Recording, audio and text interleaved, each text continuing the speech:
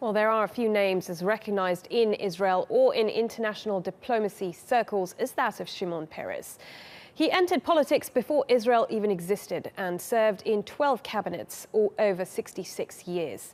He held most major positions in Israeli politics, including Prime Minister and President, and he was Minister of Defense, Foreign Affairs, Finance and also Transportation.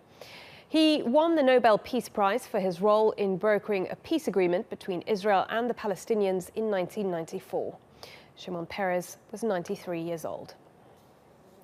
Let's get more on this and speak to Ahmed al Burai, who is a lecturer at Istanbul Aydin University. Many thanks for joining us, Ahmed. Thank you. Your thoughts on the legacy that Shimon Peres leaves?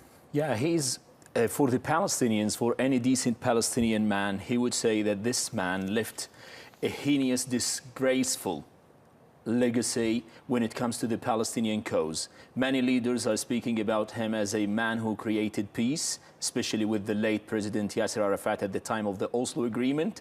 But the point is that his words are defeated by his own action. At the time of this man, there was the Qana massacre in Lebanon in 1996, where more than 100 people were massacred in a UN compound.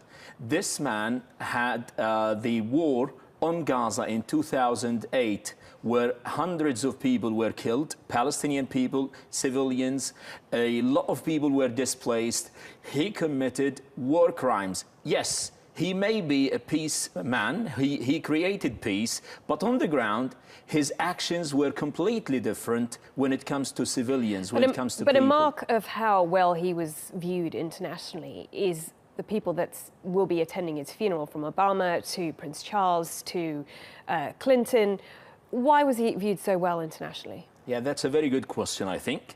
The point is, late Yasser Arafat, the president, he is his partner in the Nobel Prize, but nobody attended his funeral. He is the peacemaker at that time, but nobody of these leaders attended. But for Israel, all of them, Merkel, Obama, all the international leaders will come to participate in that funeral. That is the irony. Why the Palestinian people have big question marks. Why do they attend? If they're looking for real peace, his partner died years ago and no one of them appeared in his funeral. So that is the hypocrisy. No more other words I can say. It's the hypocrisy of the international community. We do remember, though, the Oslo negotiations. He won a Nobel Peace Prize for that. Those were more hopeful times, though, weren't they, if you compare it to where we are now? Palestinians are looking for peace. They're looking for lands to be freed.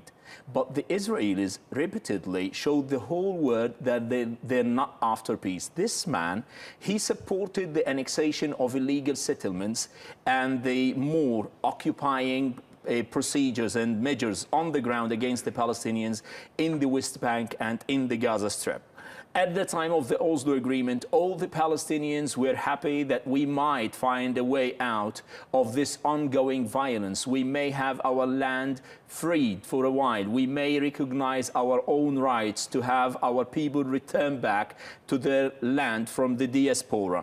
The refugees come back. We find solutions for our people, but unfortunately, none of this happened. That's why we do not have any kind of trust. Looking at how the Israelis would view him domestically, how do you think they will see his legacy? For the Israelis, again, his partner, Rabin, they killed him. Some of the extremists in the Israeli community killed him. Does the Israeli Prime Minister believe in what Peres is saying for peace? He said once that the Palestinians are our close neighbors and they will be our close friends. But this didn't happen in 2014 when they launched their full-scale war on the Gaza Strip, killing thousands of people and injured more. So I think the Israelis may look at him, part of them, as a hero who would serve them as a president, because he served, as you said in your introduction, in 12 governments. But at the same time, others would see him that he is making concessions for the Palestinian on the expense of the Jewish rights. Okay, Ahmed, thank you for your thoughts. Ahmed al Burai from Istanbul Aydin University. Thank you.